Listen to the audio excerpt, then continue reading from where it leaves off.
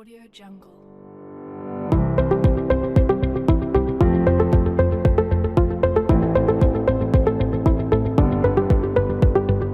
Audio Jungle.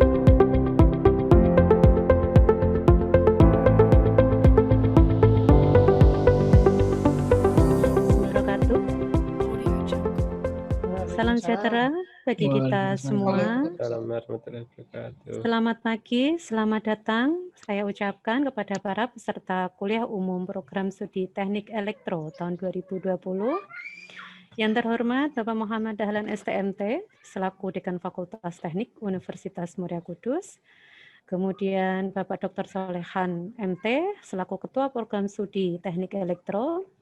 Dan yang saya hormati Bapak Arif Sudarmaji PhD, selaku pembicara pada acara kuliah umum program studi Teknik Elektro 2020.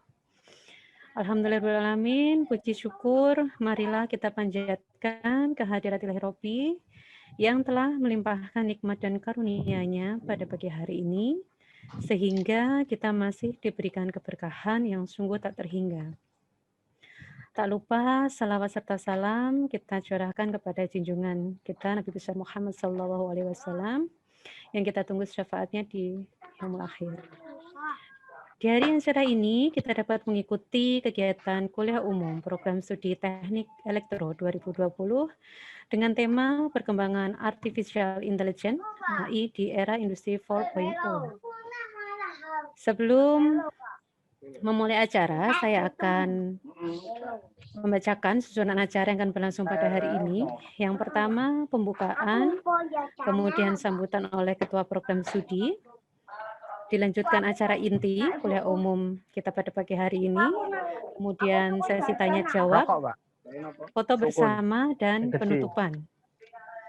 Baiklah, untuk mengawali acara pada pagi hari ini, marilah kita buka bersama dengan membaca basmalah. Bismillahirrahmanirrahim. Baik, acara yang kedua, sambutan Ketua Program Studi Teknik Elektro kepada Bapak Dr. Solehan STMT. Saya persilahkan. Assalamualaikum warahmatullahi wabarakatuh. Terima kasih atas kehadirannya dan alhamdulillah ini kita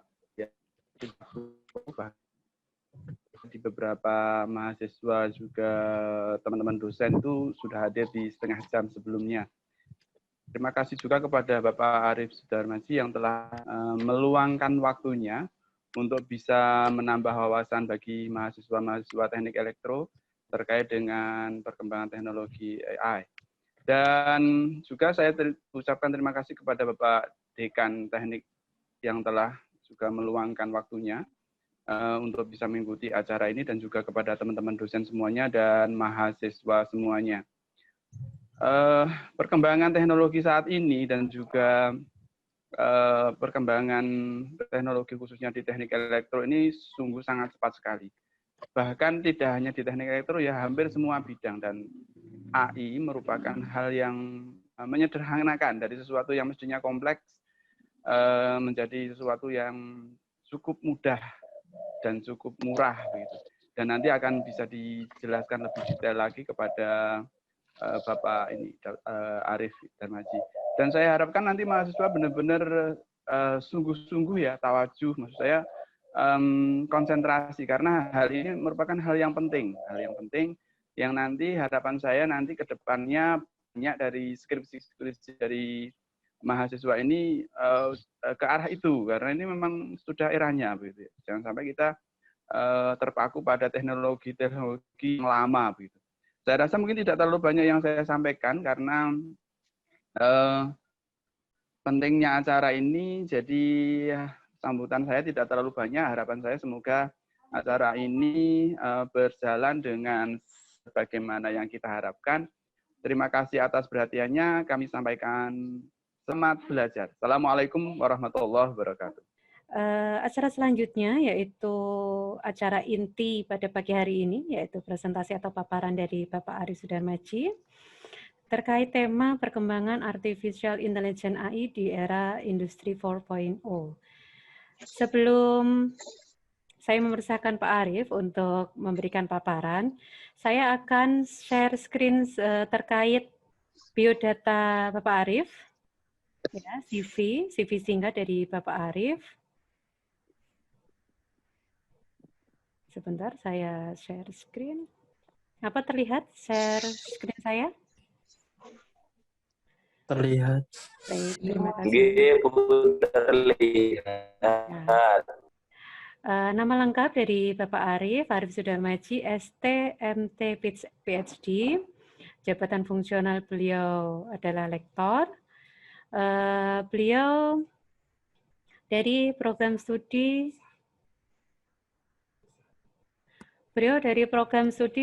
Teknik Pertanian Unsud. Ya, jadi beliau dari Unsud Purwokerto. Beberapa mata kuliah yang diampu oleh Pak Arief, ada elektronika, ada instrumen, kemudian ada GIS, ya, sistem informasi geografis, ada rancangan bangun keteknikan. Kemudian beliau dulu S1-nya dari Undip, kemudian S2-nya dari ITS, dan S3-nya ya beliau dari Kanazawa University Jepang.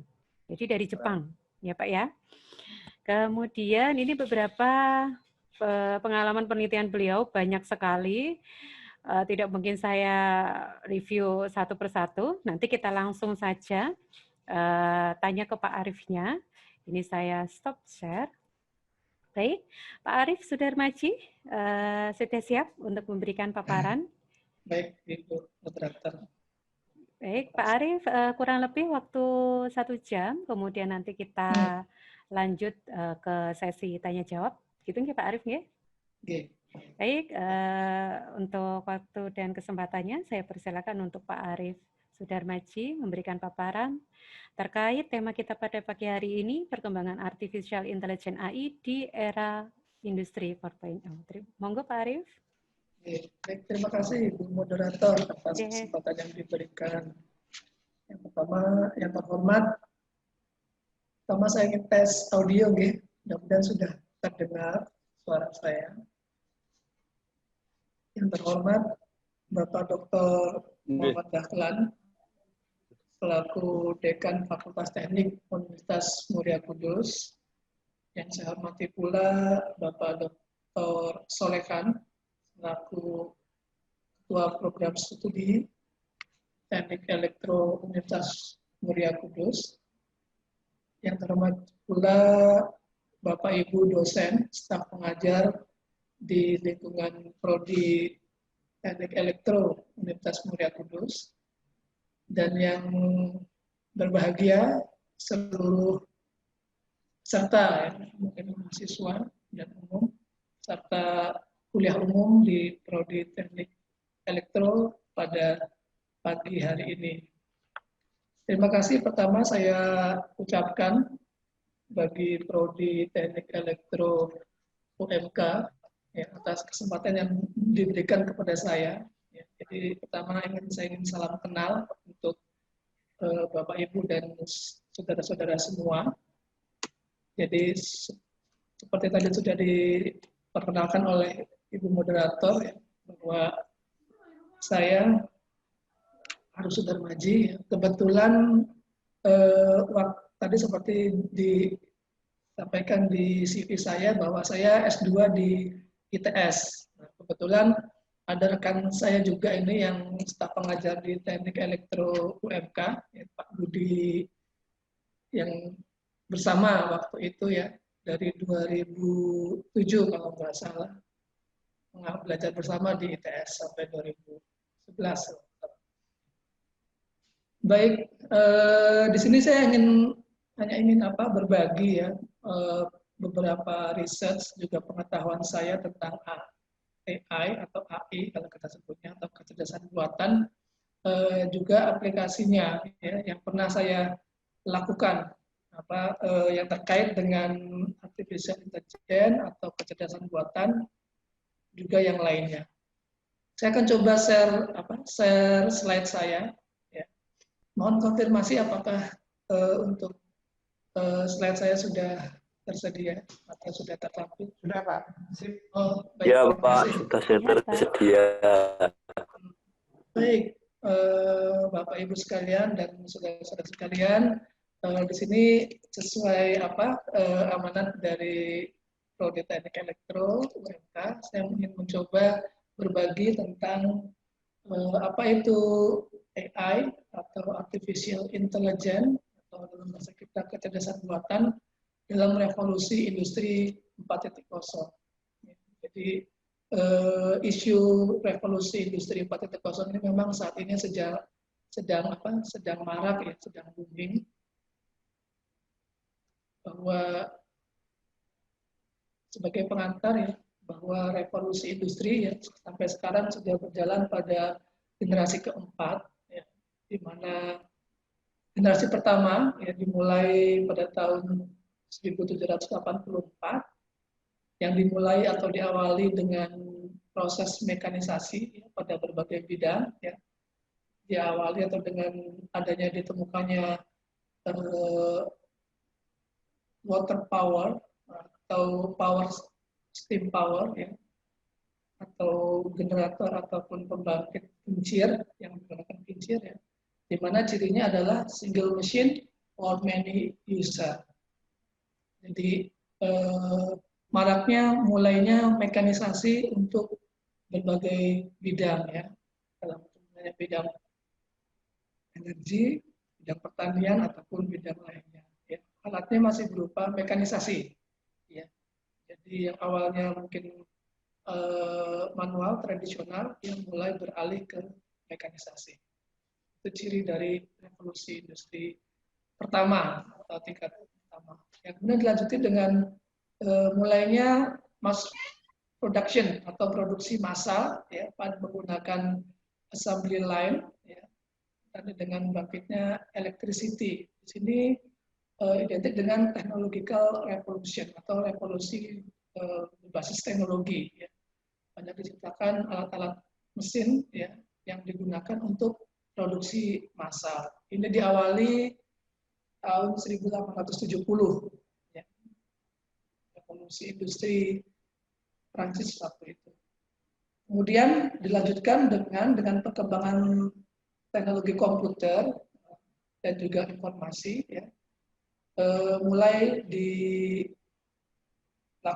ya, mulai berkembang ya, penggunaan komputer atau computerized system ya, komputer sistem berbasis komputer dan otomasi ya. Jadi cirinya many machine for each user. Jadi satu user ya bisa mengoperasikan atau menggunakan banyak mesin ya. Kalau tadi yang generasi kedua itu many machine for many user. Ini dikenal untuk revolusi industri ketiga ya, digital revolution ya. Yaitu penggunaan komputer dan perangkat-perangkat atau device controller untuk otomatisasi ya, otomasi. Ini dimulai 1969. Kemudian saat ini ya berkembang generasi keempat atau revolusi industri keempat yang dimulai sekitar tahun 2011 ya, yaitu dengan istilah cyber physical system. Ya, jadi ini sistem berbasis cyber atau menggunakan internet. Jadi penggunaan piranti-piranti Internet of Things, juga smart system. Ya. Di sini berkembang ya, mulai berkembang dengan perkembangan setelah komputer ya dan teknologi IT ya atau informasi teknologi, berkembang berbagai macam algoritma ya, metode ya yang terkait dengan AI atau artificial intelligence. Menggunakan IoT, Big Data, 3D Printing. Ya. Itu contoh-contohnya. Secara prinsip, ya, jadi revolusi industri 4.0, ya, cirinya, ya, dia interoperability. Jadi kemampuan perangkat sensor, ya, kemampuan mesin perangkat sensor, ya, dan orang, ya, untuk terhubung dan berkomunikasi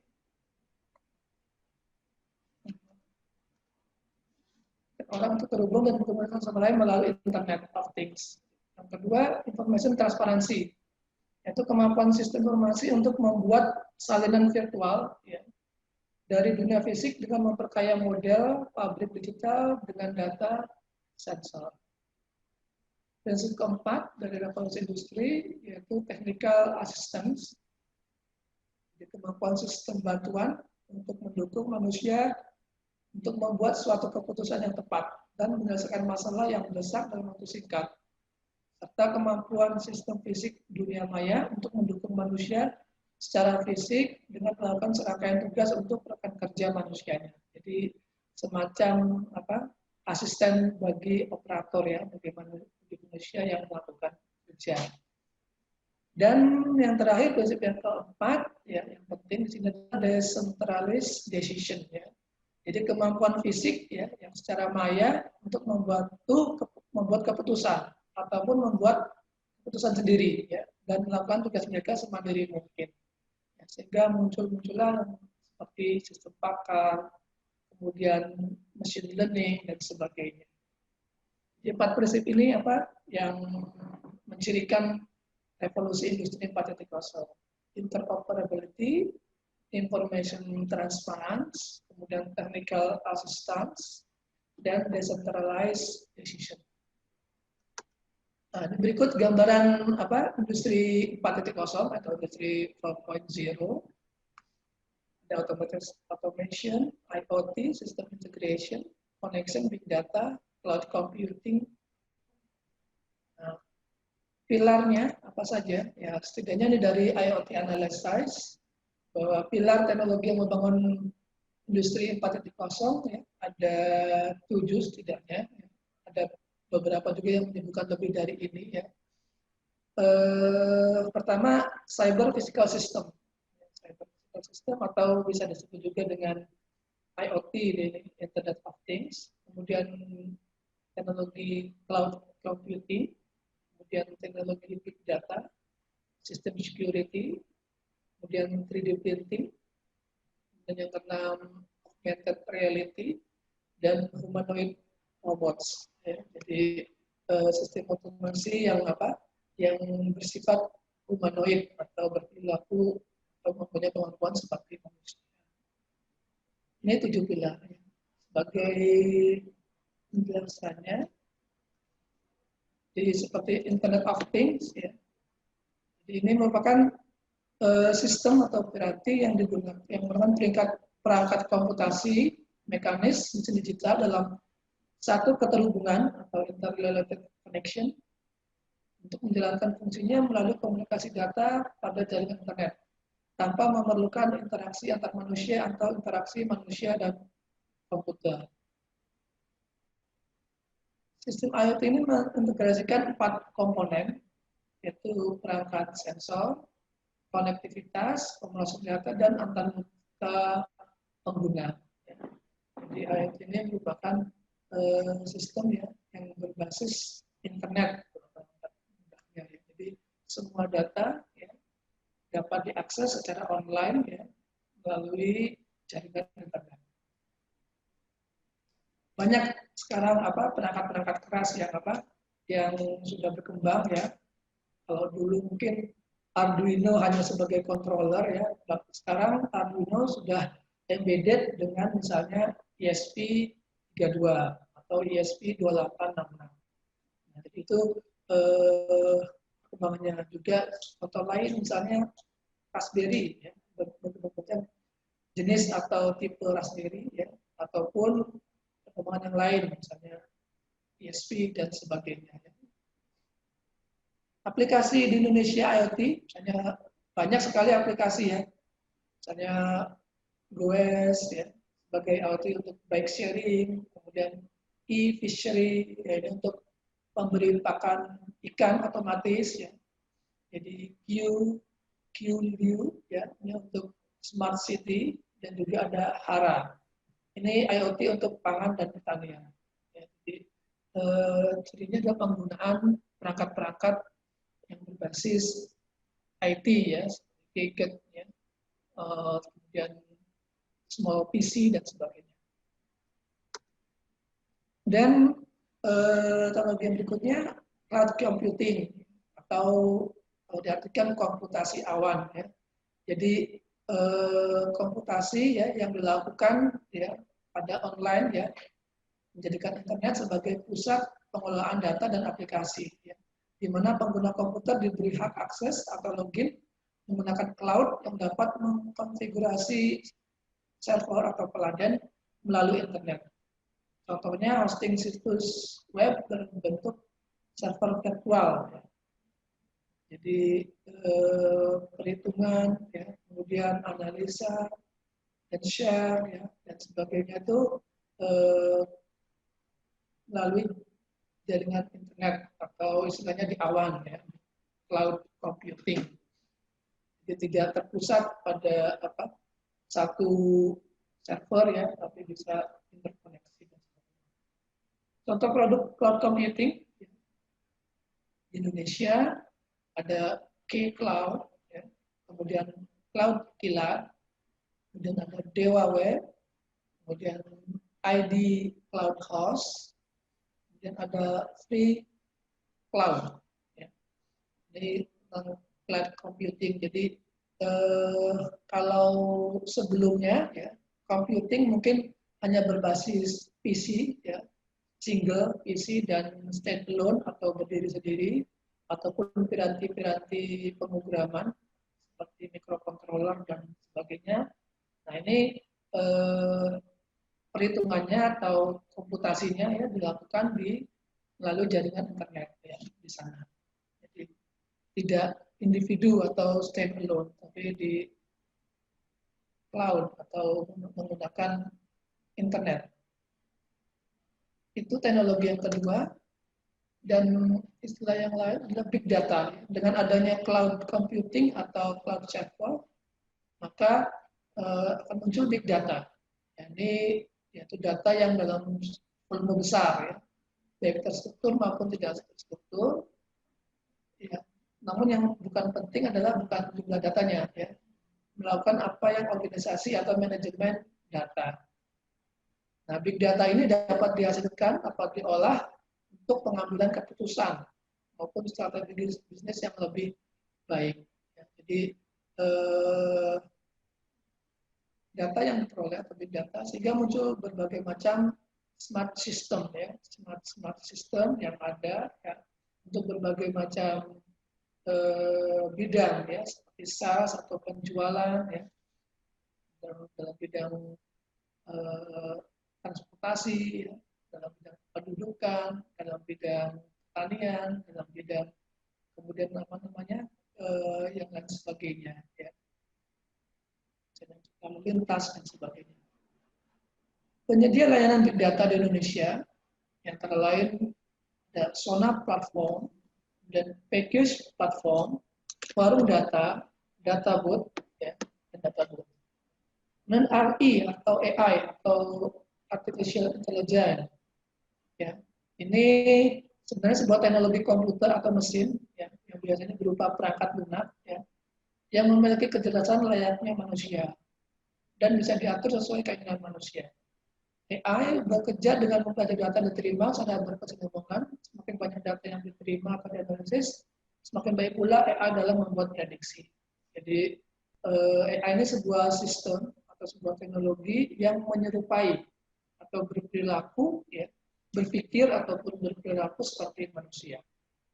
Aplikasinya banyak sekali ya. Pengenalan pola ini banyak ya, segala macam bidang ya. Misalnya pola pengukuran untuk mengenali atau membedakan, mengidentifikasi, menggunakan AI. Chatbot, pengenalan wajah ya, atau face recognition. Jadi kalau sekarang contohnya yang terdekat dengan kita, kamera ya pada smartphone kita sudah bisa memberi kotak pada wajah, mengenali wajah-wajah secara cepat. Nah itu sudah berarti tidak hanya sekedar capture foto atau image ya, tapi sudah ditanamkan atau di-embed sebuah algoritma AI untuk pengenalan wajah. Ya. Atau misalnya traffic router ya, contohnya Google Map ya, itu juga satu bentuk kecerdasan buatan, mencari rute yang terpendek ataupun rute yang tidak menghindari kemacetan, ya, yang tidak macet, ya, bahkan menyampaikan atau menginformasikan rute-rute yang potensi kemacetan. Itu contoh-contoh dari AI. Banyak sekali cabang AI ini yang berkembang sangat pesat ya, karena ini berbasis ada komputasi sebenarnya. Yang kelima, 3D printing. Ini juga salah satu teknologi yang menjadi pilar untuk revolusi industri ya. Additive manufacturing ya. Jadi ini terobosan baru industri manufaktur dengan memanfaatkan mesin pencetak 3D atau dikenal dengan 3D printing. Nah, ini gambar desain digital ya yang telah dibuat diwujudkan menjadi benda nyata yang ukuran dan bentuknya sama persis ataupun dengan skala yang lebih kecil ya, untuk prototipe misalnya. Jadi ini mampu memproduksi lebih banyak desain ya, beragam desain, beragam bentuk ya, dan memproduksi barang yang tidak bisa dibuat dengan teknologi manufaktur tradisional ya. Kalau revolusi generasi kedua ya, itu dengan mass production ya.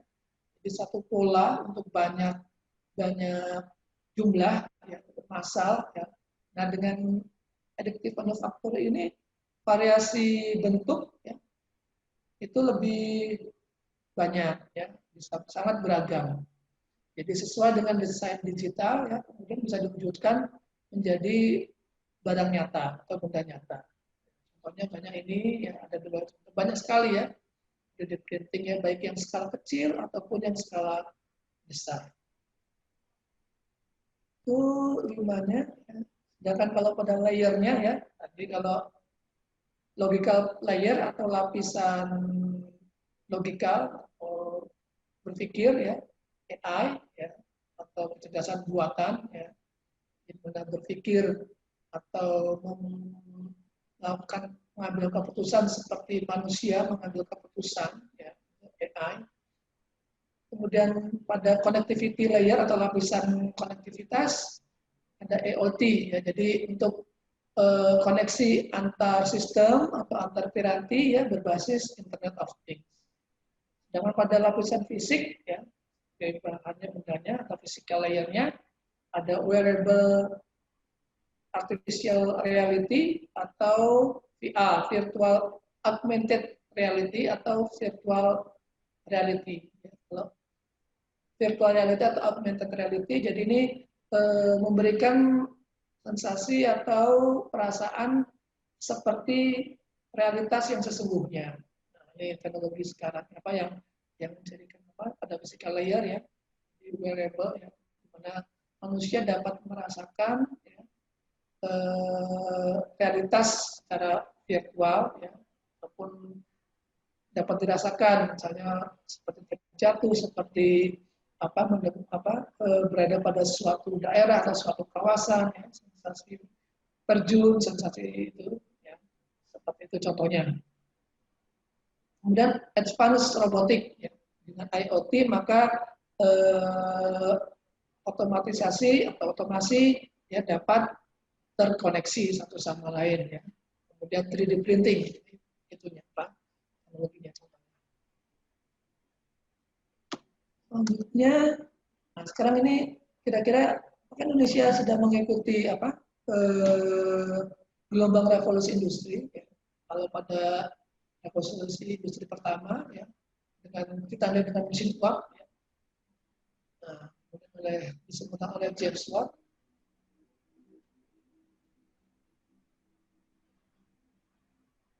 James Watt, ya kita masih berbentuk kerajaan pada 1712 itu kerajaan, kita masih agraris. Kemudian pada revolusi industri kedua ya, yang merupakan technological revolution atau revolusi berbasis teknologi. Ya ini sudah banyak mesin-mesin produksi yang untuk skala massal, produksi massal ya. Kita ya sebagai produsen komoditas perkebunan. Rel kereta dibangun di beberapa pusat perkebunan untuk mempercepat laju barang. Ya, ini kita perkembangannya. Kemudian di revolusi industri ketiga atau digital revolution, ya, revolusi informasi bisa disebut demikian. Dan di sini komputer ya, dengan berbagai macam kelebihannya, ukurannya juga sudah semakin kecil gitu, untuk aktivitas berbagai bidang ya. Nah, kita ya Indonesia masih berada di tahap tinggal landas, beralih dari agraris menjadi industri. Kita 80% wilayah belum tersentuh listrik ya. Jadi ini PLN di listrik yang peraturan pemerintah nomor 19 tahun 72 ya, mulai intensifkan sektor industri. Nah, pada revolusi industri keempat, adanya AI dan IoT ya, buatan, kita revolusi teknologi informasi ya.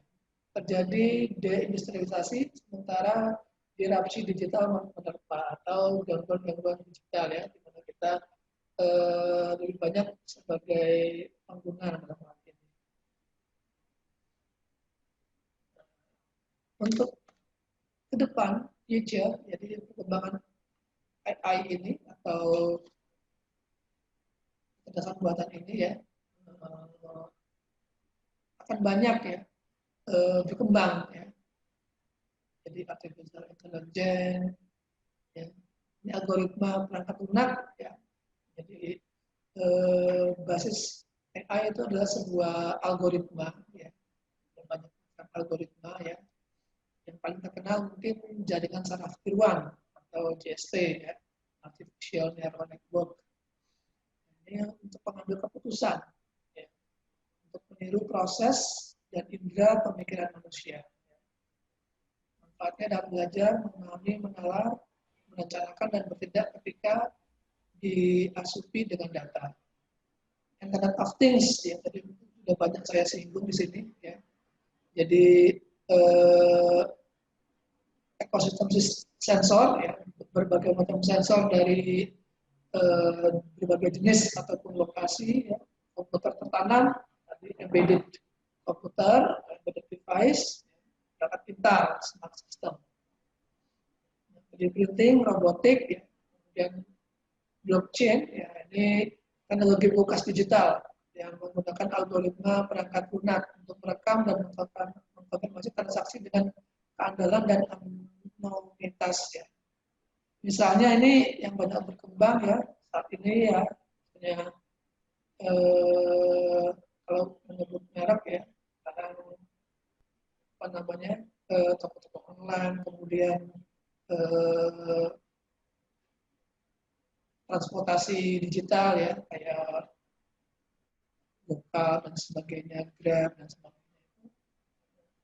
Kemudian itu yang sekarang berkembang ya tanpa hanya mengandalkan suatu sistem ya. Kemudian drone, nah ini juga pesawat tanpa awak sekarang marak digunakan banyak misalnya untuk pemetaan ya, ataupun pada skala yang kecil ya misalnya dapat digunakan untuk mendistribusikan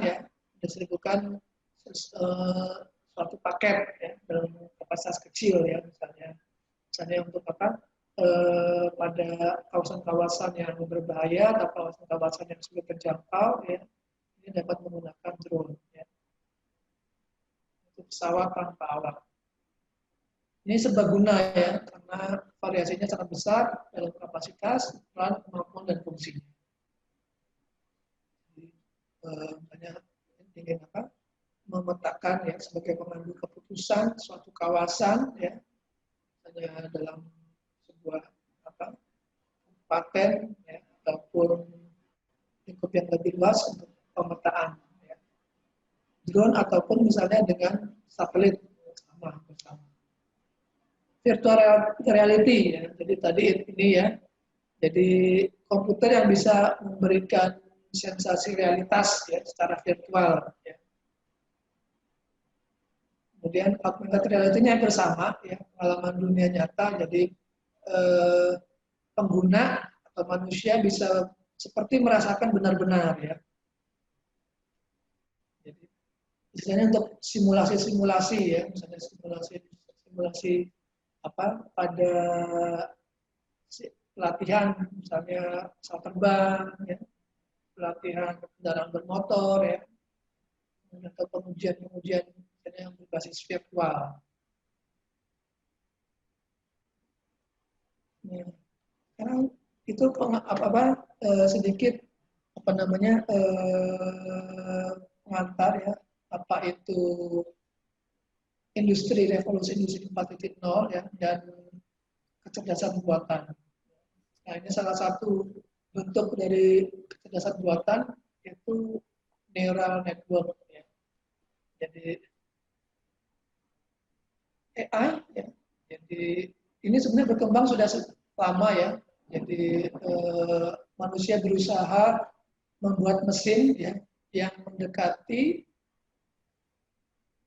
bagaimana manusia berpikir, bagaimana berpikir secara rasional, ya, bagaimana mesin itu dapat bertindak seperti manusia ataupun bekerja seperti manusia. Jadi ini thinking humanly, ya, thinking rationally, thinking humanly, dan acting rationally. Ya. Jadi bertindak ataupun berpikir ya, secara rasional seperti manusia. Beberapa pendapat yang dikemukakan ya, tentang AI ini ya, pendekatannya. Ya, jadi dengan pendekatan ini yang mendasari berbagai macam perkembangan kecerdasan buatan. Ya. Itu proses berpikir dan bertindak seperti manusia. Ya. Yang kedua, ya, dipelajari dulu ya kemampuan bagaimana manusia berpikir, baru bagaimana manusia bertindak. Kedua, mempresentasikan melalui mesin, komputer atau robot dan lain sebagainya. Atau piranti terprogram seperti itu. Sekarang perkembangan piranti terprogram ya, hybrid device itu sudah sangat berkembang pesat. Ya.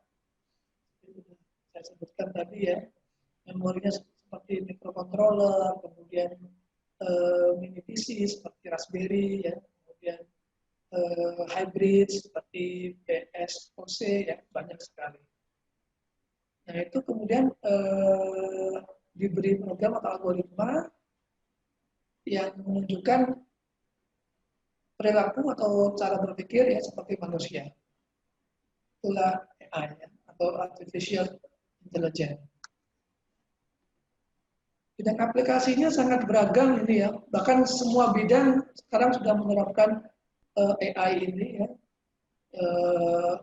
secara kelompok atau klasifikasi atau kategori ada 4 bidang ya, atau 4 kategori, yaitu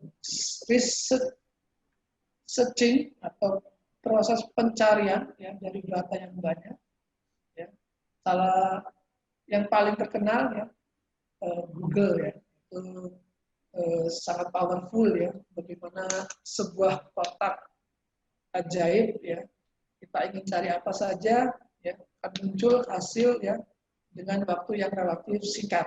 Itu searching ya, dengan deep learning ya, deep searching itu sehingga terbentuklah semacam Google. Reasoning atau memberikan pendapat atau alasan ya, misalnya pada smart system ya, misalnya sistem deteksi penyakit, sistem deteksi penyakit pada manusia, sistem deteksi pada penyakit tumbuhan, sistem deteksi penyakit pada hewan, ya, banyak reasoning ya, memberikan alasan atau argumen. Dan planning, ini memprediksi. Dan learning atau adaption atau pembelajaran dan adaptif ya. Jadi dari data yang diterima ya, kemudian memberikan respon yang mengadaptasi ya dari sebelumnya. Jadi ini banyak sekali berkembang ya. Itu setidaknya 4 bidang atau 4 teknik yang ada dalam aplikasi dalam kecerdasan buatan ya.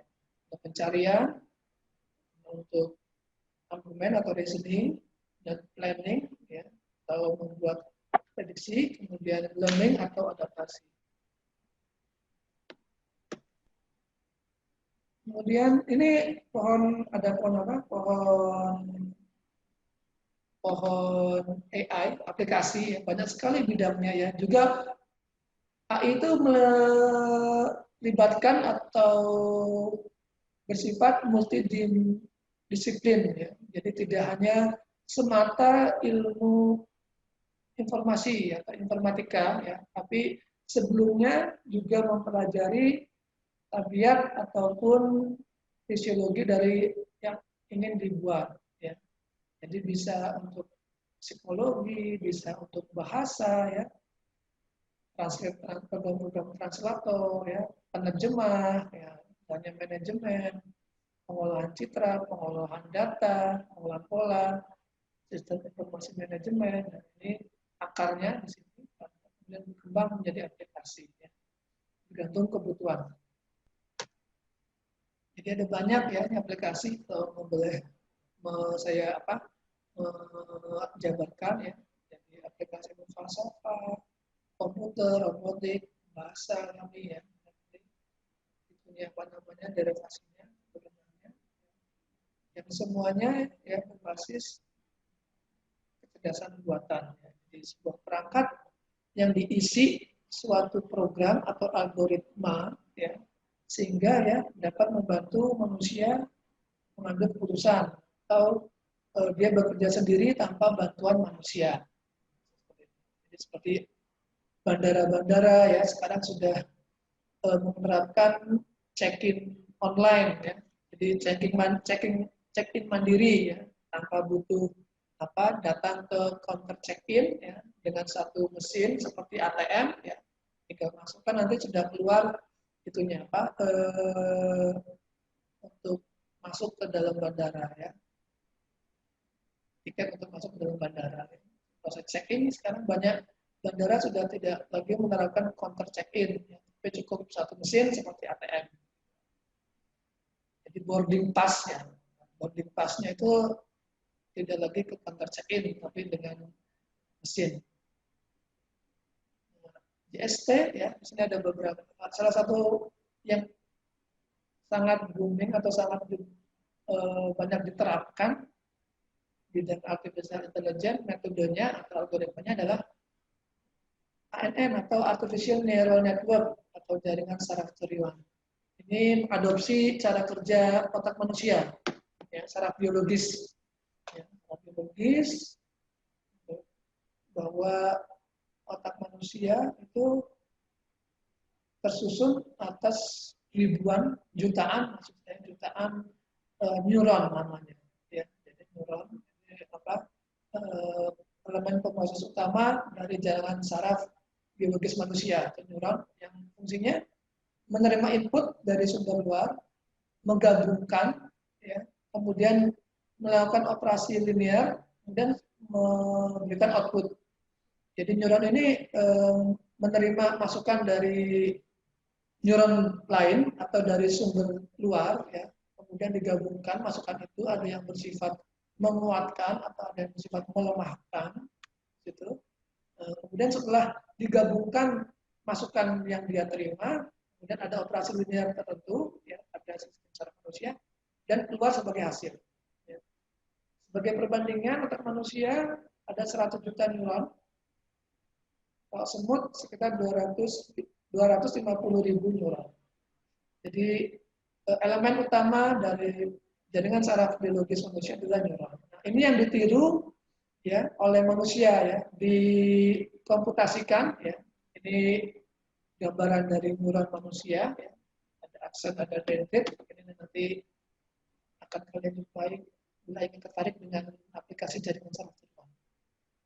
Nah, inilah model yang digagas oleh Pavlov Pitts ya untuk mengkomputasi atau menggantikan neuron ya sebagai neuron komputasi neuron ya.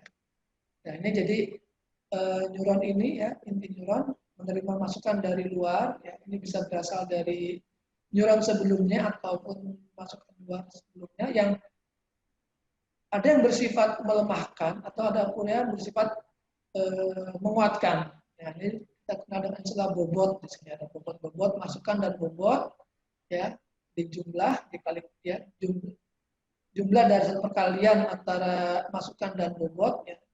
Dan ada aktivasi ini diaktifasi sehingga keluar. Nah, ini arsitekturnya. Arsitekturnya banyak ya. Ada perseptron ini yang sangat sederhana dari jaringan saraf tiruan.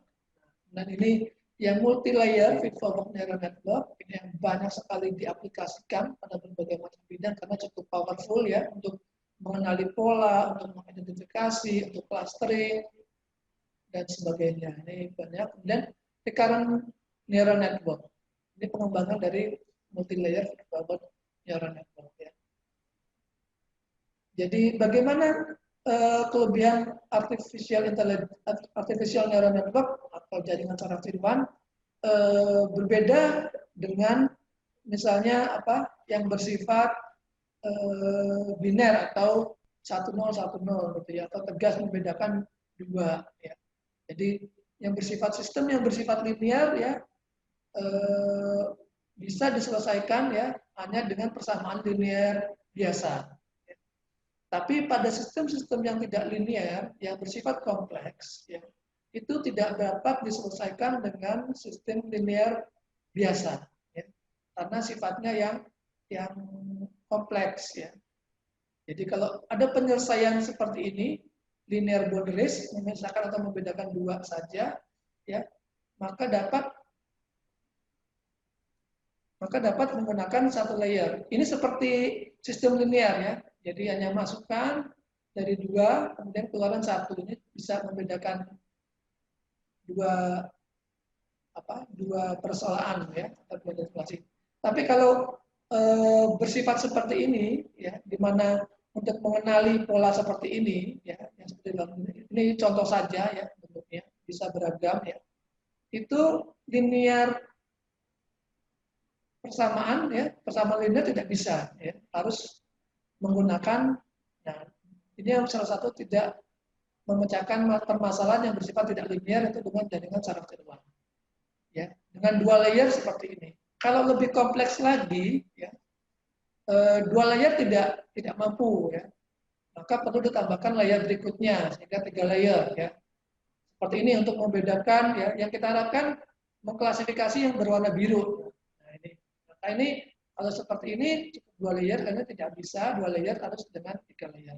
Nah bisa lagi nanti 4 layer sehingga disebutnya multi layer feed-forward neural network. Jadi kalau permasalahannya yang mengidentifikasi secara tegas linear boundaries bisa dengan 1 layer saja atau dengan persamaan linear biasa. Ya. Sedangkan kalau ingin menyelesaikan mengenali dalam yang kompleks atau tidak linear, yang sederhana itu bisa dengan 2 layer, dan 2 layer. Kalau sangat kompleks, sembarang, ya, kompleks dengan multi layer. Multi layer ini, ya, jadi ini, ya, 3 layer dengan ini 2, 4, 4, 1 atau ini misalnya ya 3, 3, 3, ya. Tergantung kompleksitasnya. Ini aplikasinya berbagai macam ya, bisa untuk pengenalan pola, yang banyak dengan pengenalan pola, ya, untuk identifikasi, ya, untuk klasterisasi atau pengelompokan, ya, membantu mengidentifikasi ya sesuatu. Banyak aplikasinya ya, hampir banyak baik kedokteran, ya, kemudian engineering, ya, kemudian bahasa, ya, kemudian kebunan, pertanian, dan sebagainya. Banyak. Metode pembelajaran, ya ini sebenarnya untuk mendapatkan bobot-bobot ini ya, nilai-nilai dari bobot ini, karena nanti dia tertarik akan lebih kenal. Ya. Jadi dari masukan kita ingin mendapatkan nilai-nilai bobot-bobot ini ya agar sistem JST ini ya dapat mengenali pola sesuatu. Jadi seperti kita atau manusia belajar. Belajarnya ada yang supervised learning atau terbimbing, ya di mana sistem diberikan set data, ya ada input, ada target, ya jadi misalnya seperti kita mengenali sebuah bentuk, ya ini bentuk bulat, ya, kemudian ini bentuk kotak, ya jadi ada bentuknya, ada namanya, targetnya itu namanya, jadi Kalau ini bentuknya seperti ini bulat namanya. Kalau seperti ini kotak, kalau seperti ini segitiga. Itu diajari, ada set datanya. Ya. Seperti manusia, ataupun yang unsupervised learning. Ini untuk mengklasifikasi atau mengelompokkan dari sejumlah data yang memiliki kedekatan. Ya. Jadi yang data-data mana saja yang memiliki kedekatan satu sama lain itu menjadi klaster tersendiri. Klaster sendiri, nanti yang dekat dengan lain itu klaster kedua dan seterusnya. Jadi ini yang unsupervised learning atau pembelajaran tak terbimbing. Ya. Jadi dia mengelompokkan sendiri. Ya. Kalau supervised learning, dia diberi set data. Ya. Jadi bentuknya atau datanya ini disebut apa. Ya, seperti itu. Yang terkenal kalau supervised learning, backpropagation. Ini sangat familiar sekali, ya. Sangat banyak digunakan dan terbukti memang powerful. Backpropagation. Aplikasinya sangat banyak, sangat luas cakupannya, ya, yaitu dari marketing, kemudian dari pertahanan, ya, radar dan sebagainya, agriculture dan fisik, ya, untuk buah, kopi, teh, pengenalan yang membedakan, ya, kemudian banyak juga yang lain. Saya punya beberapa contohnya penggunaannya yang bidang kesehatan, ya. Jadi ECG, EEG yang sudah dilengkapi dengan bantuan untuk tidak hanya sekedar image saja, tapi juga ada hasilnya, ya, misalnya untuk deteksi, rekognisi atau identifikasi. Ya. Ini juga banyak, ya, aplikasinya, seperti mengenali suara manusia, kemudian merubah suara menjadi teks, ya, vision, pengenalan wajah, pengenalan mata, bola mata atau pupil manusia, ya. Kemudian untuk finance, ya, misalnya untuk pengenalan tanda tangan, ya, verifikasi, ya. Atau pengujian dalam keteknikan, defense dan sebagainya, orkes untuk prediksi, ya, ramalan. Kami itu statistik. Ini saya menggeluti ini, ya. Jadi aplikasi neural banyak, ya. Salah satunya INOS atau sistem penciuman manusia. Penciuman manusia, ya. Ini saya waktu S2 dan S3 saya tentang INOS, ya. Jadi ini meniru hidung manusia, ya, sistem manusia, ya, secara biologis. Sistem penciuman manusia itu, ya, ada indera pencium atau olfactory receptor, ya, bulu-bulu hidung kita. Kemudian ada itu dari olfactory receptor itu terhubung, ya, dengan pengenalan pola atau olfactory bulb. Kemudian ke olfactory cortex, ini otak manusia sebagai pengambil. Dan tidak ada reseptor atau penerima tunggal, ya, seperti indera manusia, bulu-bulu manusia kan banyak, ya, sekali, ya. Jadi tidak ada reseptor tunggal yang mampu mengenali aroma sendiri. Nah, ini manusia olfactory receptor, ya, dari sini, ya. Kemudian olfactory bulb dan ke olfactory cortex atau otak manusia dari pola. Nah, ini dia. Jadi dari sini, ya, reseptor, olfactory bulb, kemudian baru ke cortex. Nah, ini.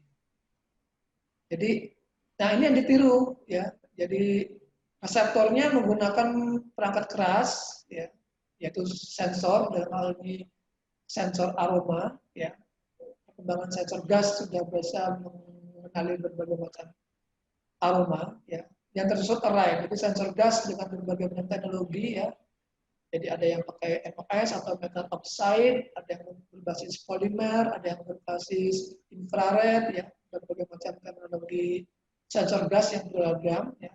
Dan sekarang sudah banyak difabrikasi, ya, sensor gas tersusun array atau disusun, ya, seperti olfactory reseptor, ya, tidak hanya satu, karena satu tidak mungkin bisa mengenali atau membedakan aroma, ya. Dan klasifikasi menggunakan jaringan karakter one yang disebut INOS. Ini mekanisme INOS. Mekanisme INOS, jadi ini kalau manusia, ya, ini olfactory reseptor, kemudian masuk digabungkan ke dalam olfactory bulb dan dikenali olfactory cortex untuk jenis. Jadi ada sampel aroma tertentu ya. Nah, ini sensor, array, preprosesor ya. Ini ekstraksi ciri ya. Diambil dari data sensornya apa ya yang paling membedakan ya. Kemudian baru dengan klasifikasi. Sehingga misalnya ini bakterial spesies atau identifikasi jenis bakteri atau identifikasi kebusukan awal daging sebagainya.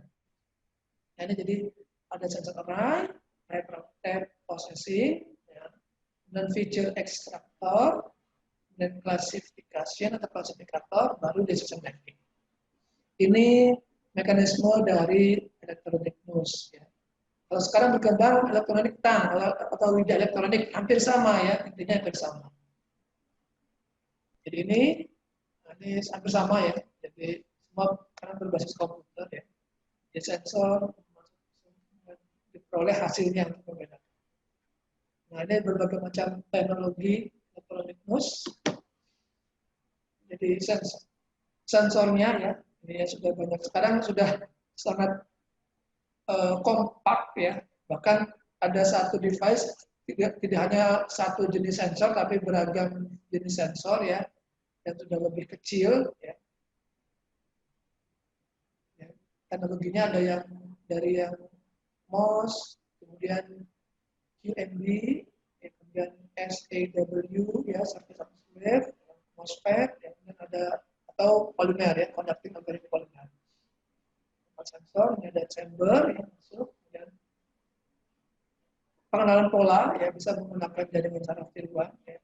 Tapi sebelumnya diekstraksi ciri ya, ambil mana yang terbesar ya. Nah, ini bagiannya apa jenis-jenis transducer atau sensor yang biasa digunakan dalam electronic nose ya.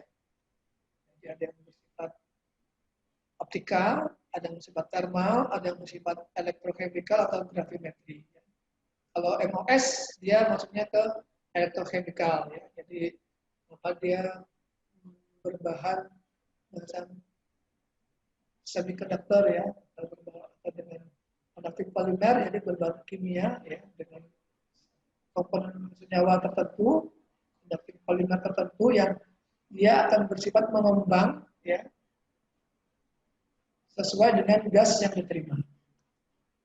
Ekstraksi ciri ini jadi ada pola, misalnya ini respon dari MOS gas sensor ya, seperti ini, ya, maka ekstraksi ciri diambil misalnya nilai puncaknya masing-masingnya. Ya. Dari respon-responnya itu diambil nilai puncaknya. Itu salah satu ekstraksi ciri. Jadi tidak semua data diambil ya, tapi diambil mana yang maksimum. Ini contohnya ya. Ataupun nanti misalnya rata-rata dari beberapa yang maksimum gitu bisa. Ini bergantung kebutuhan ya. Ekstraksi ciri itu salah satunya yaitu dengan mengambil nilai yang tertinggi. Yang lazim digunakan dipakai dengan mengambil yang nilai tertinggi dari pola yang didapat. Ya, pola ini respon sensornya diambil nilai yang tertinggi. Pattern klasifikasi banyak ini. Ya, jadi ada PCA, ya, Principal Component Analysis dan sebagainya macam. Ya, jadi sangat berkembang sekali ini ya. Jadi yang paling banyak digunakan PCA. Ya. PCA ini saya juga sering menggunakan karena ini cukup powerful untuk mereduksi data. Ya. Jadi kalau kita punya banyak sensor, misalnya sampai 5, 10, 20, 30 sensor gas, ya, nah itu bisa menggunakan PCA untuk mereduksi hanya misalnya 3 komponen yang paling signifikan. Jadi direduksi, ya 3 ini bisa mewakili dari jumlah data yang besar atau banyak itu. Ya, jadi, tapi tanpa kehilangan bobot ya, jadi bisa mewakili 3 komponen utama bisa mewakili dari variabel yang digunakan, sejumlah variabel besar yang digunakan. Itu PCA. Atau partial least square ya. Jadi ini rata-rata error ya. Kemudian pengembangan dari PCA itu principal component regression ya. Jadi dibuat regresi dari komponen yang dihasilkan ataupun cluster analysis ya, dan sebagainya. Ini bentuk statistik. Ya. Kalau dengan NNN ya tadi ya multi layer perceptor. klasifikasi. Beberapa pengalaman saya ini saya ingin sedikit berbagi ya dengan yang terkait artificial neural network ya, penggunaan dalam hal ini electronic news ya. Pertama, ini pendeteksian formalin dalam bahan pangan. Nah, ini sederhana ya dulu. Ini kalau nggak salah tahun 2009 atau 2011 ini saya mulai ini ya. Ini juga dengan bersama Pak Budi ini ya. Jadi mengidentifikasi formalin dalam bahan pangan ya. Dalam hal ini daging ya. Nah, ini dengan PCA ya sudah bisa mengalokasikan. Nah, ini apa namanya jurnal kami ya. Ada dua. Kemudian saya juga membangun untuk minyak atsiri ya, atsiri karena minyak atsiri ini sangat mahal ya. Ada atsiri tertentu seperti seperti minyak nila, minyak cengkeh itu juga komoditas ekspor yang sangat mahal ya. Sehingga potensi adanya pemalsuan. Nah, di sini saya mencoba mengaplikasikan INUS atau elektronik INUS untuk mendeteksi pemalsuan. Ini perangkatnya ya, pakai PC yang pakai PC, kemudian ini sensor chambernya, ini piranti akuisisinya, ya ini antar mukanya. Nah, ini cara menginjeksinya. Nah, ini hasilnya ya. Jadi ini publikasinya juga sudah pada jurnal ya, masing-masing sudah ini dengan PCA dan support vector mesin ya, untuk membedakan atau mengenali kualitas dari minyak cengkeh ini ya, clove oil ya. Jadi komponen utama minyak cengkeh adalah eugenol. Jadi kalau selama ini pakai gas kromatografi yang mahal, ya, makanya pendekatan dengan INUS dan bisa untuk mengenali mutu dari minyak cengkeh. Dalam IoT ya saya juga pernah ya, buat pengukuran kelembaban tanah ya dengan ESP32 WiFi modul ya. Jadi seperti ini ya. Ada 3 sensor ataupun multi, dengan tidak hanya 3, bisa lebih dari 3 sampai 10 kalau ESP32 ya, 10 channel internet. Nah, ini sistemnya dengan GUI monitor ya, dengan server ya, MQTT-nya ini yang cloud computingnya ya, juga ini cloud aplikasi ya, dengan Node-RED platform, dan juga untuk akuisisi dengan cloud Google Spreadsheet ya. Ini pirantinya ya, jadi kecil sekarang ESP32 sangat kecil dan ini bisa nampung banyak sensor ya, tidak perlu microcontroller lagi karena ESP32 sudah built-in ADC ternyata ya. Digital converter sudah ada, jadi langsung bisa terhubung dengan analog ya. Bisa pakai sensor pabrikan ya, menguji koneksi. Nah, ini tampilan dengan Node-RED. Nah, saya buat aplikasi pada Node-RED. Tidak hanya Node-RED ya, bisa pakai yang lain ya.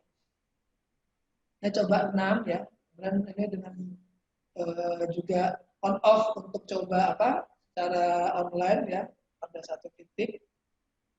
Nah, ini data spreadsheet di Google Spreadsheet ya, cloud-nya. Nah, itu.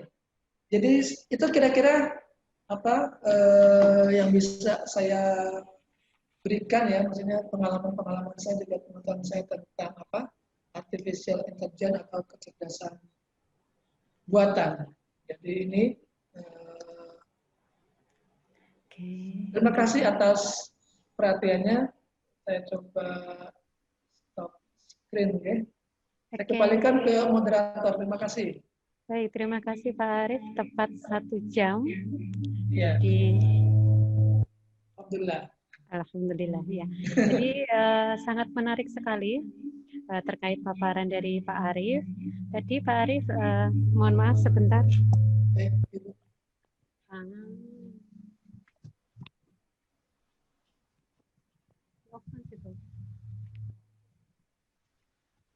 Oke, baik. Tadi Pak Arief menyinggung terkait aplikasi yang telah dilakukan, dalam artian ada kombinasi riset ya Pak dengan Pak Budi ya. Pak Budi Gunawan masih stay? Masih, Bu. Oke. Jadi saya juga ingin share ke teman-teman. Jadi ada 2 mahasiswa kita yang sudah lulus, di mana dulunya ikut serta di dalam penelitian Pak Budi, ya Pak, betul ya? Betul. Nah, Iya. jadi ada yang mengangkat terkait ini AI, yaitu di Enos tadi yang memanfaatkan sensor gas untuk deteksi daging ya Pak, Nggih, nggih. kondisi daging ya. Nah, ini Iya. juga bisa dijadikan apa ya, relevansi ke teman-teman. Jadi apa namanya, bisa dikembangkan ke skripsi teman-teman. Jadi tidak hanya sekedar apa namanya, berbasisnya adalah hal-hal itu saja. Jadi banyak sekali ini yang bisa kita ambil. Jadi dari sisi IoT, kemudian ada AI, 3D printing ya, itu beberapa apa namanya, pilar dari industri 4.0. Gitu, Nje. Oke, saya langsung buka sesi tanya jawab. Silakan yang ingin bertanya bisa menekan tombol raise hand ataupun mungkin di chat. Silakan, ayo. Mungkin ini untuk yang semester-semester akhir, ini bisa jadi satu tema yang luar biasa untuk di-up-kan ke riset teman-teman. Silakan. Atau mungkin dari bapak-bapak dosen juga saya persilahkan. Bisa jadi mungkin kalau pertanyaan juga boleh melalui chat gitu, kalau misalnya agak malu-malu mungkin. Ya, bisa. Atau Pak Lekan bisa memberikan pertanyaan, boleh.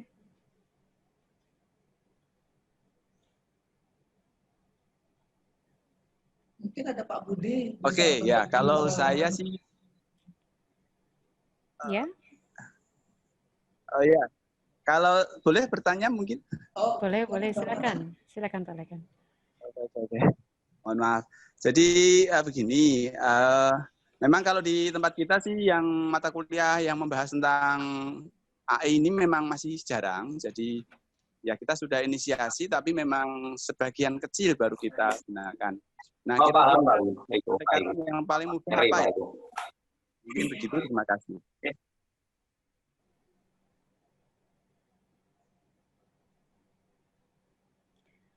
Oke. Pak Arief, apa ini? Jadi tadi dari Pak Lekan menanggapi bahwa kalau memang terkait full artificial intelligence, ini kalau fokus di mata kuliah di kita itu memang belum terfokus. Jadi kadang hanya di-sharekan sedikit saat paparan dari materi mata kuliah yang lain. Atau mungkin Pak Arief bisa men-sharekan kira-kira aplikatif lah, secara aplikatif, aplikasi-aplikasi dari si artificial intelligence ini, jadi biar anak-anak menangkapnya lebih mudah gitu Pak Arief. baik. Mohon maaf, dengan Ibu siapa? Saya Oh belum. ya, saya Bu Ita, mohon maaf Pak Arief, saya Bu Ita. Bu Ita, Pak Arief. oke. Ya. Bu Ita, terima kasih. Jadi kalau saya berbagi ya, mungkin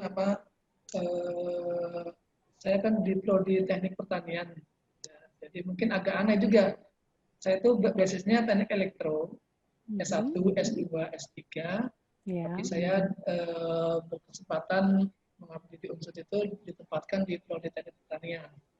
Awalnya saya juga bingung sebenarnya kan, saya mau ngapain di teknik pertanian ya. Ternyata persepsi saya berubah ya setelah mengetahui kurikulum mereka. Jadi teknik pertanian ternyata mempelajari basic engineering atau dasar keteknikan dari semua disiplin teknik ternyata ya. Ada teknik mesin terutama, sipil, instrumen, elektro, ya. Bahkan energi pun mereka menyinggung. Nah, untuk mata kuliah ya, kebetulan saya mengampu ada mata kuliah elektronika, instrumentasi, kontrol otomatik, ya, dan ada satu mata kuliah namanya teknik evaluasi mutu komoditas pertanian. Mhm. Nah, saya menyertakan ini di mata kuliah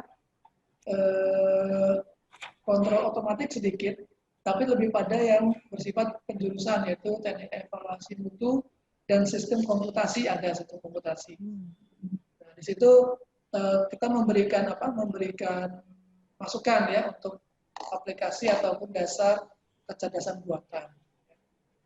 Kebetulan di kita juga ada yang berasal dari teknik elektro di pengolahan citra. Jadi pengolahan citra jadi mirip dengan sistem penciuman manusia ya. Kalau bedanya kalau citra itu dengan kamera ataupun sensor-sensor warna gitu. Kalau kita dengan sensor gas. Nah ini kita berkolaborasi jadi bareng. Jadi ada satu muatan yang gabung gitu ya. Karena kalau bedanya kan hanya kalau pengolahan citra itu dengan kamera, kalau saya basisnya sensor gas. Sedangkan pengolahan lain neural network-nya sama. Jadi memang kita pun tidak ada mata kuliah khusus di kami, misalnya untuk kecerdasan buatan itu nggak ada. Tapi tadi dan misalnya ada mata kuliah pengolahan citra, ya itu kita masukkan di situ. Di bagian pengenal polanya. Misalnya pengolahan citra kita untuk misalnya mengidentifikasi penyakit pada tanaman. Ya, pengolahan citra untuk membedakan jenis tanah atau dengan menggunakan buatan atau inus kalau saya. Begitu mungkin Ibu. Ya, terima kasih Pak Arif. Jadi ini buat gambaran ke teman-teman juga. Jadi ternyata anak teknik elektro itu belum tentu dia nanti pekerjaannya harus di teknik elektro sendiri. Nah, contohnya Pak Arif, beliau jadi berkombinasi dengan pertanian ya Pak. Jadi banyak sekali teknologi yang dihasilkan untuk bagaimana caranya menghasilkan suatu gen baru ataupun dalam proses pertanian itu membantu supaya hasilnya itu lebih baik, gitu ya Pak ya? Betul ya. Jadi sekarang kan kalau istilahnya itu pertanian presisi ya atau precision farming. Precision. Oke. Bagaimana itu Pak? Precision farming jadi pengoptimalan ya, optimalan pemberian perlakuan ya bagi tanaman ataupun objek pertanian ya, sehingga diperoleh tumbuh kembang yang optimum ya, berdasarkan data lapangan. Jadi di sana ada data suhu, data kelembaban, data nutrisi, data kecepatan angin, kemudian data intensitas cahaya. Nah, itu digunakan ya sebagai pemberian perlakuan, misalnya pemberian irigasi, pemberian nutrisi, dan waktu pemberian penyemprotan insektisida yang terjadwal. Jadi berbasis data sehingga lebih presisi, lebih optimum. Nah, ini yang bisa yang dari elektro malah justru. Makanya saya ditarik ke situ untuk memuatkan bagian instrumentasi dan otomatisasi. Sekarang berkembang dengan kecerdasan buatan. Kalau dulu mungkin masih analog ya, kontrol masih analog, masih masih berbasis perangkat elektronik ataupun berbasis Arduino saja, gitu ya. Nah sekarang dengan Arduino misalnya itu sudah berkembang ya dengan memori yang lebih besar, dengan proses yang lebih kompleks bisa, sehingga persamaan matematika itu bisa ditanamkan di microcontroller sehingga terbentuk sistem kecerdasan buatan. Oke. Jadi di kami juga ini anak-anak melakukan riset itu saya lihat sekarang tuh arahnya ke IoT, Pak. Ada kemarin juga yang pengaplikasiannya ke area pertanian. Jadi bagaimana deteksi nutrisi dari melon ataupun bagaimana untuk mengendalikan tingkat pH, tingkat suhu, kemudian bagaimana untuk mengoptimalkan supaya si tanaman bawang diaplikasikan ke tanaman bawang. Jadi arahnya teman-teman ini dia lebih ke IoT. Jadi bagaimana melakukan pengendalian dengan jarak jauh seperti itu, Pak. Ya. Pak Budi mungkin bisa sharing di sini. Pak Budi Gunawan, Iya, boleh Bu. Baik. menambahkan Pak, silakan Pak. Iya. Sekalian Baik, temu terima kangen ini kasih. sama temannya. Iya, Pak Arif. Iya. Jadi seperti yang disampaikan Pak Arif tadi, jadi dulu saya sempat dapat kesempatan untuk penelitian bareng Pak Arif ini. Jadi istilahnya saya nyantri itu tempat sama Pak Arif. Pakarnya kan beliau. Saya pun saat ini masih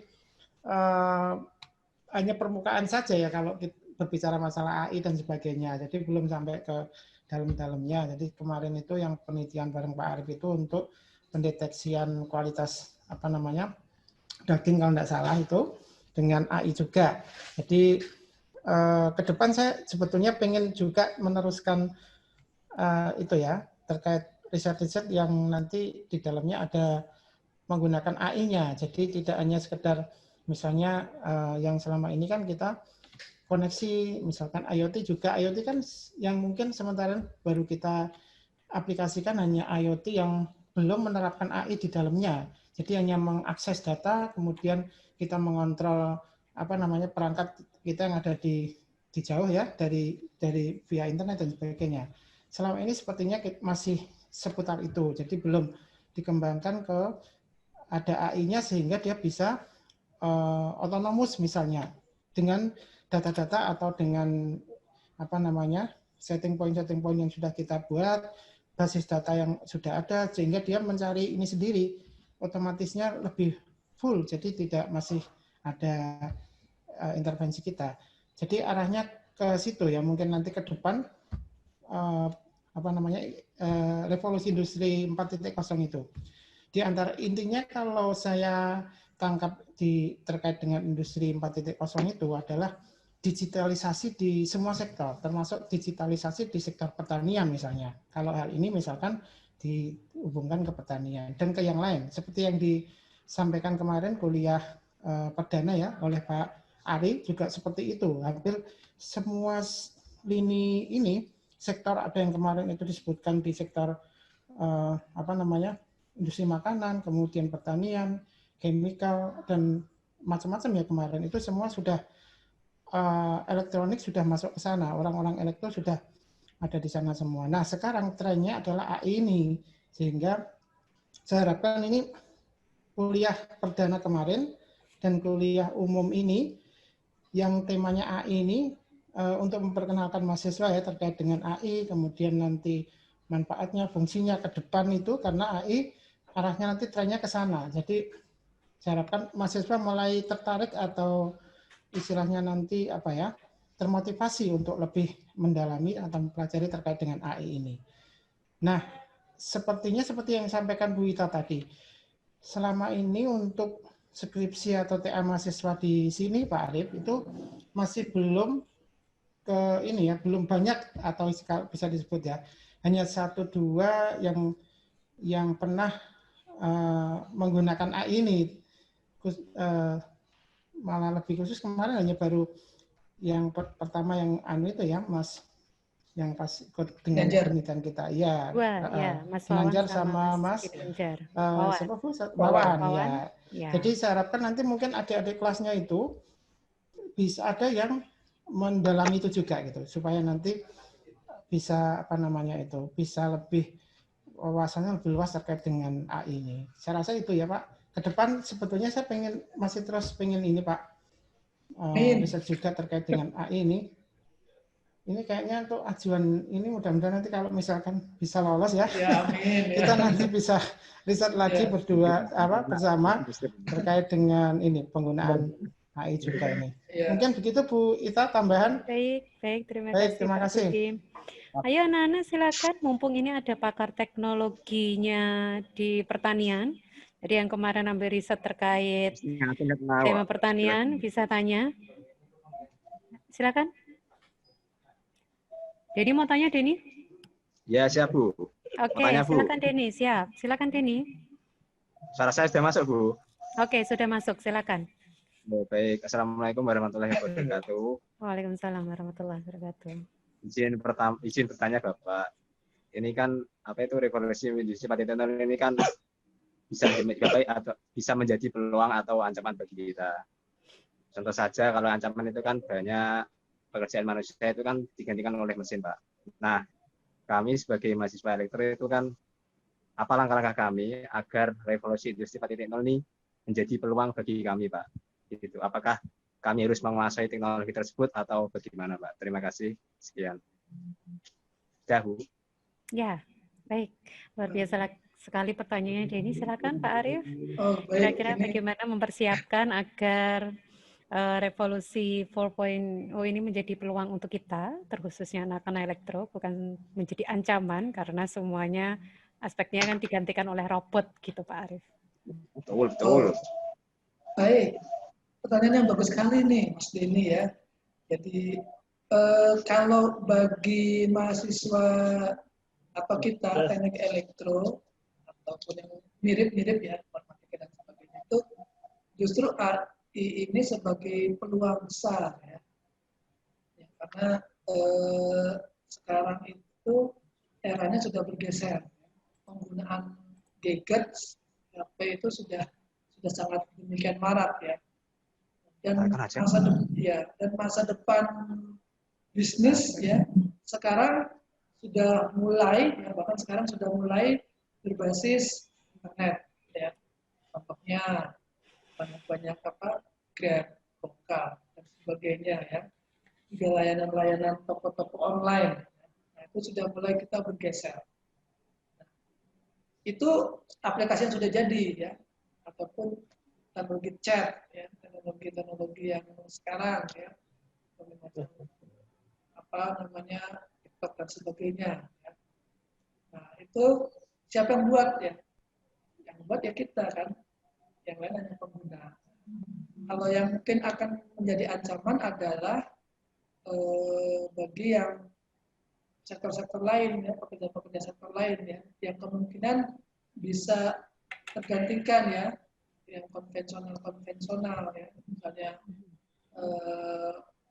banyak buruh terutama ya, mungkin yang itu yang akan lebih merasakan nanti bila semuanya misalnya sudah terkoneksi, sudah terdigitalisasi ya, itu mungkin nanti bisa menjadi permasalahan tersendiri ya, di mana peran-peran tenaga kerja tergantikan dengan sistem ataupun mesin begitu barangkali ya, yang menjadi permasalahan. Nah, tapi kalau bagi orang teknik elektro ini justru peluang besar ya. Jadi dan karena trennya menuju ke sana ya, di mana pemanfaatan internet sudah sedemikian marak ya, mau nggak mau ya harus mengarah ke situ ya, karena kalau masih berputar di yang konvensional, yang analog ataupun yang digital saja biasa ya, maka nanti akan sulit berkembang ya, lingkupnya akan semakin kecil. Berbeda misalnya kalau misalnya otomatisasinya sudah menggunakan jaringan internet, misalnya dengan bantuan IoT ya. Juga nanti ditambah dengan misalnya ada kecerdasan buatannya, itu akan lebih berkembang ya. Sebenarnya tidak berbeda jauh ya, hanya butuh yang penting bisa bahasa pemrograman, kalau sudah belajar ya bahasa pemrograman. Nanti ada algoritma ya, hingga nanti itu dituliskan algoritmanya ya menggunakan bahasa pemrograman. Banyak aplikasinya ya. Jadi mau nggak mau memang kita harus beralih menggunakan industri 4.0 ini. Ciri dari satu industri 4.0 ini ya, pilarnya tadi adalah IoT, ya, itu yang physical layer-nya ya, sebagai membangun komunikasinya dengan internet ya, jadi semua menggunakan internet.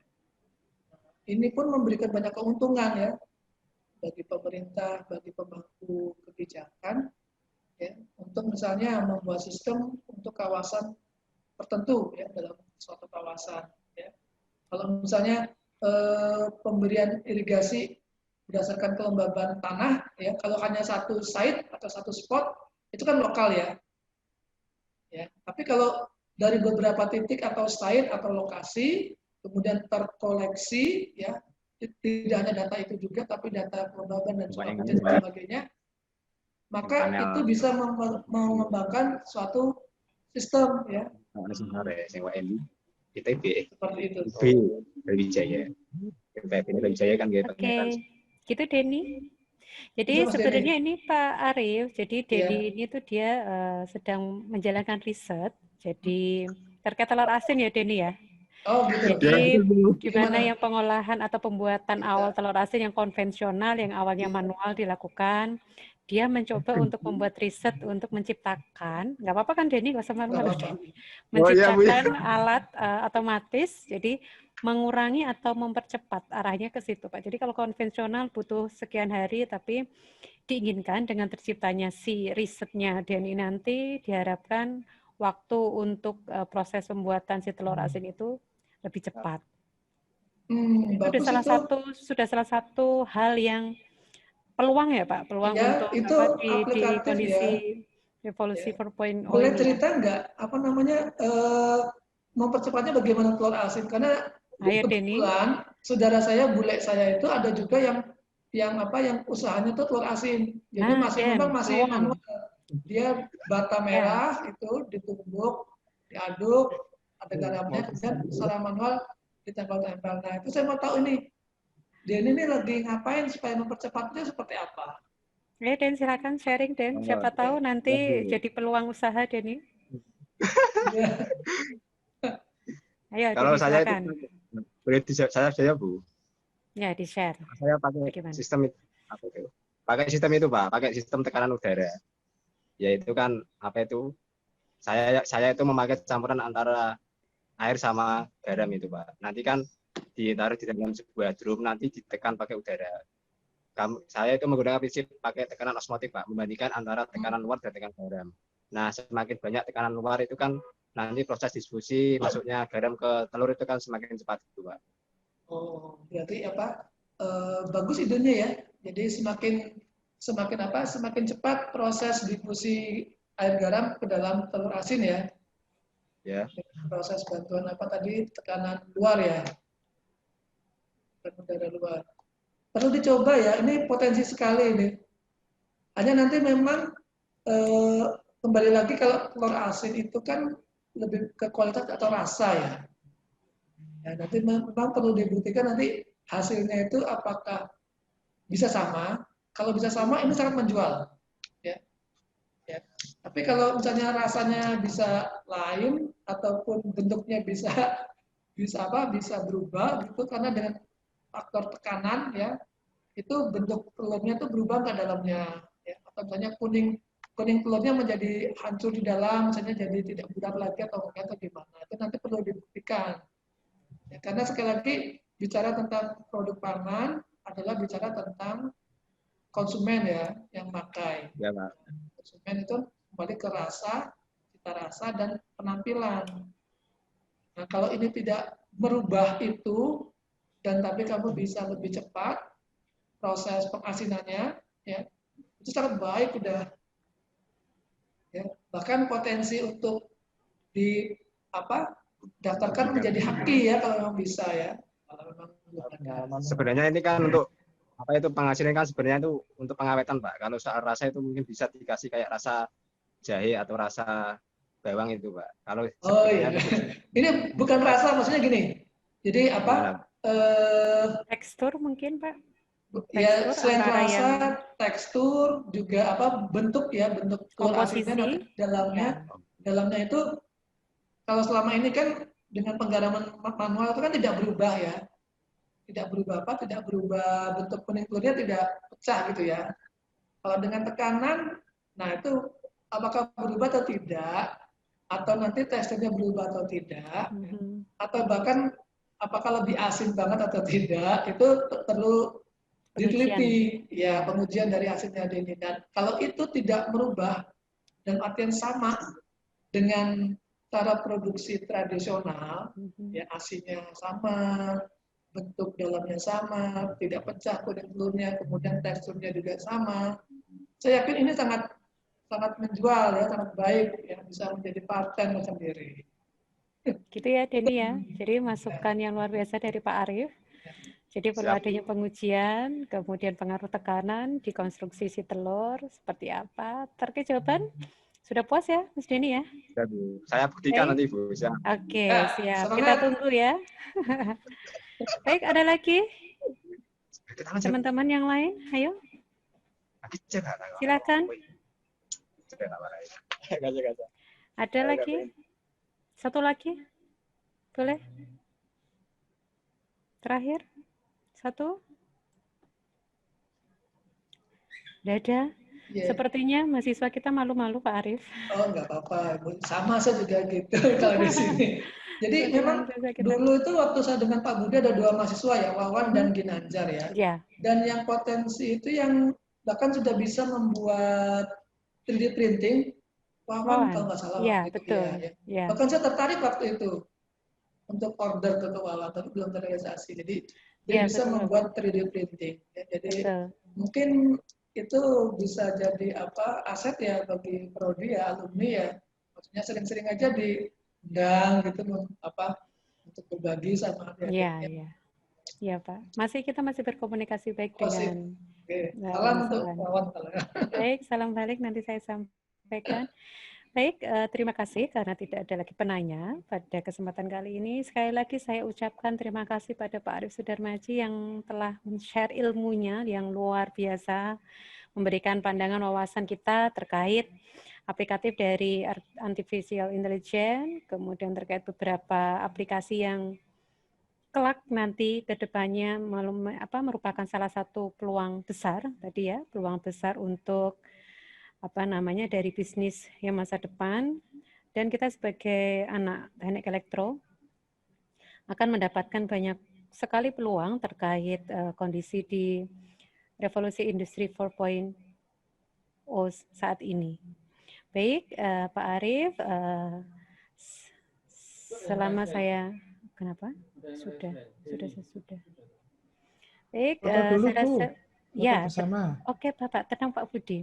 Sebelum saya mengakhiri sesi kita pada pagi hari ini, saya minta untuk teman-teman silakan untuk aktifkan videonya. Jadi videonya di-on-kan, kita foto bersama, tolong tunjukkan wajah yang paling fresh-nya, yang paling ganteng-ganteng dan cantik-cantik. Oke, untuk yang layar pertama, Mas Han.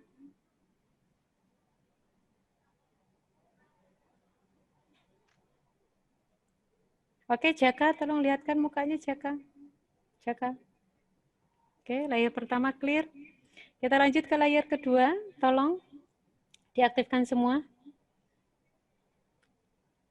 Diaktifkan semua, tolong layar kedua.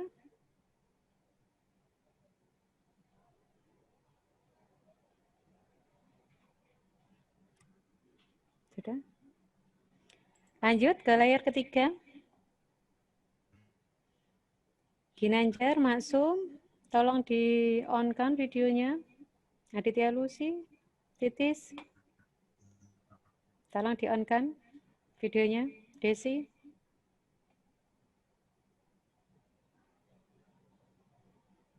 Oke. Next, the last layer. Tolong yang terakhir di-on-kan semua, Imam, Gali.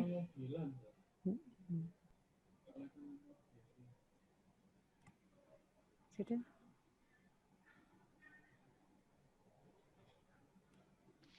Mas Han? Oke, baik. Terima kasih. Sesi foto sudah selesai. Sekali lagi, Bapak Arief Sudarmaji, terima kasih telah menyempatkan meluangkan waktunya untuk sharing ke kita. Semoga next kita ada kesempatan untuk sharing-sharing ilmu lagi, Pak Arief. Baik, Saya sebagai moderator pada kegiatan hari ini ada salah, ada kekurangan dalam memandu acara pada pagi hari ini. Saya mohon maaf sebesar-besarnya. Kita baca hamdalah bersama untuk mengakhiri kegiatan acara pada pagi hari ini. Alhamdulillah. Alhamdulillahirrahmanirrahim. Terima kasih. Saya akhiri. Wassalamualaikum warahmatullahi wabarakatuh. Absen, Bu, absen.